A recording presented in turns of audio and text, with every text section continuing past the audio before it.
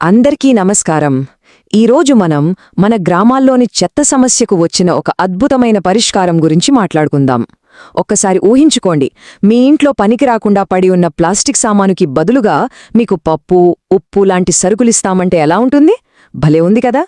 అవును, ఇదే ఆంధ్రప్రదేశ్లోని స్వచ్ఛ రథం కార్యక్రమం వెనుక ఉన్న సూపర్ ఐడియా. ఇది కేవలం శుభ్రం చేసే కార్యక్రమం మాత్రమే కాదు, ఇది మన గ్రామాల ఆర్థిక వ్యవస్థకు, మన పర్యావరణానికి కూడా ఎంతో మేలు చేసే ఒక పెద్ద మార్పు. పదండి, దీని గురించి ఇంకా వివరంగా తెలుసుకుందాం. అయితే ఈ కార్యక్రమం ఏదో అప్పటికప్పుడు మొదలుపెట్టింది కాదండోయ్. దీని వెనక పక్కా ప్లానింగ్ ఉంది. ఆంధ్రప్రదేశ్ ప్రభుత్వం అంటే మన పంచాయతీ రాజ్ మరియు గ్రామీణాభివృద్ధి శాఖ దీనికోసం స్పష్టమైన మార్గదర్శకాలను జారీ చేసింది. అంటే గవర్నమెంట్ అఫీషియల్గా సపోర్ట్ చేస్తుంది కాబట్టి ఇది చాలా కాలం పాటు ఖచ్చితమైన రూల్స్తో నడుస్తుందని మనం నమ్మచ్చు. మనందరం చూస్తూనే ఉంటాం కదా, గ్రామాల్లో రోడ్ల పక్కన, కాలువల్లో ప్లాస్టిక్ బాటిళ్లు, పాత సామాన్లు అలా పేరుకుపోయి ఉంటాయి. వాటినేం చేయాలో తెలియక చాలాసార్లు కొందరు కాల్చేస్తారు, ఇంకొందరు ఎక్కడ పడితే అక్కడ పడేస్తారు. మరి ఇలా పేరుకుపోతున్న ఈ పొడిచెత్త సమస్యకు అసలైన పరిష్కారమేంటి? దాన్ని ఏం చేయాలి? నిజానికి తడి చెత్త విషయంలో ప్రభుత్వం ఆల్రెడీ ఒక మంచి పని చేసింది. మన వంటిళ్లల్లో వచ్చే వ్యర్థాలను చెత్త నుండి సంపద తయారీ కేంద్రాల్లో వర్మీ కంపోస్టుగా మార్చి రైతులకు ఇస్తున్నారు. ఇది చాలా మంచి విషయం. కానీ అసలు సమస్య ప్లాస్టిక్, కాగితం, గాజులాంటి పొడి చెత్తతోనే. అది భూమిలో కలవదు, కాల్చితేనేమో మన ఆరోగ్యానికి ప్రమాదం. సో ఈ పెద్ద ఛాలెంజ్ని ఎదుర్కోవడానికే స్వచ్ఛరథం అనే ఆలోచన వచ్చింది. ఆ పరిష్కారమే స్వచ్ఛ రథం. పేరుకు తగ్గట్టే ఇది కేవలం ఒక బండి కాదు, మన గ్రామాల్లో చెత్త నిర్వహణలో ఇది ఒక సరికొత్త మార్పుకు నాంది పలుకుతోంది. సరే, అసలు ఈ స్వచ్ఛరథం అంటే ఏంటి? సింపుల్గా చెప్పాలంటే ఇది మన ఇంటి ముందుకే వచ్చే ఒక స్పెషల్ వెహికల్. దీని స్పెషాలిటీ ఏంటంటే మనమిచ్చే పొడి చెత్తను ఇది తీసుకుంటుంది. అంతేకాదు, దానికి బదులుగా మనకు ఉపయోగపడే కిరాణా సరుకులిస్తుంది. మన పాతకాలంలో వస్తు మార్పిడి పద్ధతి ఉండేది కదా, అదనమాట. కాని ఇది దానికొక మోడర్న్ వర్షన్. ఈ సిస్టమ్ గ్రౌండ్ లెవెల్లో ఎలా పనిచేస్తుందో ఈ ప్రోగ్రాంని నడిపిస్తున్న ఒక ఆపరేటర్ మాటల్లోనే చూద్దాం. ఆయనేమంటున్నారంటే, జనాలు చెత్తను రోడ్ల మీద పడేయకుండా మాకు ఇస్తే మేము దాన్ని తూకం వేసి దానికి ఎంత రేటు వస్తుందో చూసి ఆ డబ్బులకు సరిపడా వస్తువులే చేస్తాం. చూసారా, ఇక్కడే ఉంది అసలు మ్యాజిక్. పనికి రాదనుకున్న చెత్తకు ఒక వాల్యూ క్రియేట్ చేశారు. ఇదే ఈ పథకం సక్సెస్కి అసలు కారణం. మరి ఈ ప్రోగ్రాంని ఎలా అమలు చేస్తున్నారు? దీనికోసం 2 మోడల్స్ ఉన్నాయన్నమాట. ఒకటి మోడల్ 1, అంటే ఒక మండలంలో ఉన్న చిన్న చిన్న గ్రామ పంచాయతీలన్నిటికీ కలిపి ఒకే ఒక్క స్వచ్ఛరథం ఉంటుంది. రెండోది మోడల్ 2, 20,000 కన్నా ఎక్కువ జనాభా ఉన్న పెద్ద గ్రామ పంచాయతీకైతే స్పెషల్గా ఒక బండిని కేటాయిస్తారు. సింపుల్గా చెప్పాలంటే జనాభాను బట్టి సర్వీస్ ఇస్తారన్నమాట. ప్రతి ఒక్కరికీ సౌకర్యం అందాలనేది దీని ఉద్దేశం. ఇంత మంచి పథకాన్ని గ్రౌండ్ లెవెల్లో అమలు చేయాలంటే ఒక పద్ధతి ప్రకారం వెళ్ళాలి కదా. సో ఆ ప్రాసెస్ ఏంటో ఇప్పుడు చూద్దాం. ఇందులో అన్నిటికన్నా ముఖ్యమైన మొదటి అడుగు సరైన ఆపరేటర్ను సెలెక్ట్ చేసుకోవడం. ఇక్కడ మనం గమనించాల్సిన ఒక ముఖ్యమైన విషయమేంటంటే ఈ సెలెక్షన్ ప్రాసెస్ చాలా ట్రాన్స్పరెంట్గా ఇంకా చాలా ఫాస్ట్గా జరుగుతుంది. అనెక్సర్ ఏ ప్రకారం చూస్తే జిల్లా పంచాయతీ అధికారి నోటిఫికేషన్ ఇస్తారు. అప్లై చేసుకోవడానికి కేవలం 7 రోజులే టైం. ఇక మొత్తం సెలక్షన్ ప్రాసెస్ కేవలం 10 రోజుల్లోనే కంప్లీట్ అయిపోతుంది. అంటే ఎలాంటి ఆలస్యం లేకుండా పక్కా టైంలైన్తో ముందుకు వెళ్తున్నారన్నమాట. ఇది చాలా మంచి విషయం కదా. సరే, మరి ఆపరేటర్గా సెలెక్ట్ అవ్వాలంటే కొన్ని క్వాలిఫికేషన్స్ ఉండాలి. ప్రభుత్వం కొన్ని ఖచ్చితమైన రూల్స్ పెట్టింది. ముందుగా ఈ పని మీద అవగాహన ఉండాలి. కాబట్టి స్క్రాప్ బిజినెస్లో గానీ వేస్ట్ మేనేజ్మెంట్లో గానీ కనీసం 3 సంవత్సరాల అనుభవం ఉండాలి. అంతేకాదు, వాళ్ళు చట్టబద్ధంగా వ్యాపారం చేస్తున్నారో లేదో తెలుసుకోవడానికి ట్రేడ్ లైసెన్స్, ఆధార్, పాన్ లాంటి డాక్యుమెంట్స్ అన్నీ చెక్ చేస్తారు. అంటే సింపుల్గా ఈ ఫీల్డ్లో ఎక్స్పీరియన్స్, కమిట్మెంట్ ఉన్నవాళ్లకే ఈ బాధ్యత ఇస్తున్నారని మనకు అర్థమవుతోంది.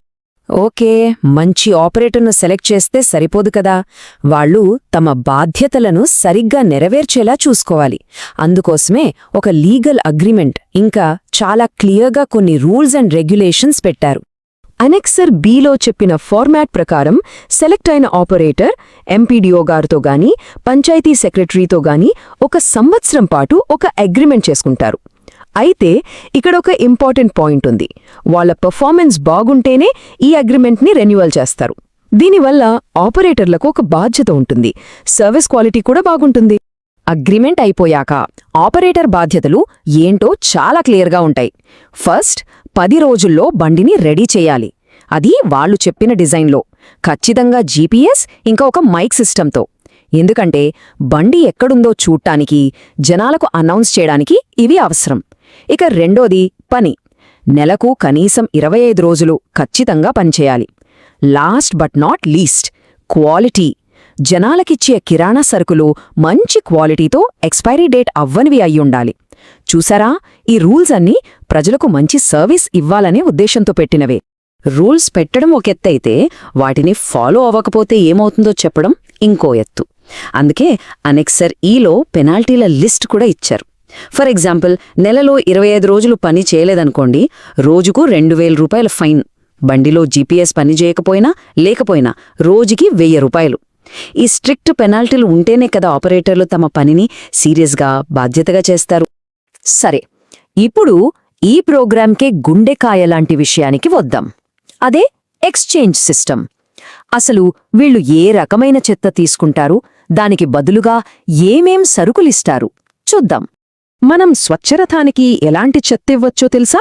అనెక్షర్ ఎఫ్లో ఉన్న లిస్టు చూస్తే మనకు ఆశ్చర్యం వేస్తుంది. ప్లాస్టిక్ బాటిళ్లు, పాత పుస్తకాలు, ఇనుప సామాను మాత్రమే కాదు, ఇంట్లో పాడైపోయిన పాత టీవీలు, మొబైల్స్, చార్జర్లు లాంటి వేస్ట్ కూడా వీళ్ళు తీసుకుంటారు. అంటే ఇప్పటిదాకా మనం ఇంట్లో పనికిరాదని మూలన పడేసిన ప్రతి వస్తువుకు ఇప్పుడొక వాల్యూ వచ్చిందనమాట. సరే, మనం చెత్త ఇచ్చాం, దానికి బదులుగా ఏం దొరుకుతుంది? అనెక్సెట్ జీ ప్రకారం చూస్తే పెద్ద వస్తువులేమీ కాదు, మనకు రోజూ అవసరమయ్యేవే.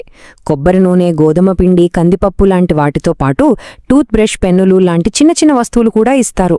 ఇది జనాలకు చాలా ప్రాక్టికల్గా ఉపయోగపడేలా ఉంది కదూ. ఒక సింపుల్ ఎగ్జాంపుల్ చెప్పాలంటే, మనం 1 కేజీ ప్లాస్టిక్ బాటిల్స్ ఇచ్చామనుకోండి, దాని విలువ 20 రూపాయలు. వెంటనే మనం ఆ 20 రూపాయలకి సరిపడా కిరాణా సరుకులు తీసుకోవచ్చు. ఇలా మనమిచ్చే చెత్తకి ఇంత వాల్యూ వస్తుందని తెలిస్తే జనాలకు కూడా ఈ ప్రోగ్రాంలో పాల్గొనడానికి మంచి ఇంట్రెస్ట్ వస్తుంది. ఈ కార్యక్రమం సక్సెస్ఫుల్గా ఆగకుండా నడవాలంటే కేవలం రూల్స్ పెడితే సరిపోదు. దాన్ని నడిపించే ఆపరేటర్లకు ఫైనాన్షియల్ సపోర్ట్ ఇవ్వాలి, ఇంకా మొత్తం సిస్టమ్ని కరెక్ట్గా మానిటర్ చేస్తూ ఉండాలి. ఆపరేటర్లు ఈ బిజినెస్లో లాస్ అవ్వకుండా చూసుకోవడానికి ప్రభుత్వమే వాళ్లకి ఆర్థికంగా సపోర్ట్ ఇస్తుంది.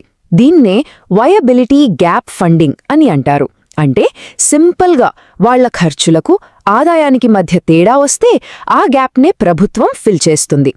మోడల్ 1లో పనిచేసే ఆపరేటర్కు నెలకు 25,000 వరకు, మోడల్ 2లో పనిచేసే వారికి 21,000 వరకు గవర్నమెంట్ సపోర్ట్ ఇస్తుందన్నమాట. ఈ ప్రోగ్రాంని మానిటర్ చేయడానికి కూడా ఒక స్ట్రాంగ్ మల్టీ లెవెల్ సిస్టమ్ని పెట్టారు. అంటే విలేజ్ లెవెల్లో పంచాయతీ సెక్రటరీ దగ్గర నుంచి మండల, జిల్లా ఇంకా స్టేట్ లెవెల్ ఆఫీసర్ల వరకు ప్రతి ఒక్కరికి వాళ్ల బాధ్యతలేంటో క్లియర్గా చెప్పారు. ఈ పిరమిడ్ లాంటి స్ట్రక్చర్ వల్ల ఎక్కడైనా ఏదైనా ప్రాబ్లం వస్తే వెంటనే సాల్వ్ చేయడానికి, ప్రోగ్రామ్ స్మూత్గా నడిచేలా చూసుకోవడానికి వీలవుతుంది. సో ఫైనల్గా చెప్పాలంటే, స్వచ్ఛరథం అంటే కేవలం రోడ్లు ఊర్చే కార్యక్రమం కాదు. ఇది మన ఆలోచనా విధానంలో ఒక మార్పు.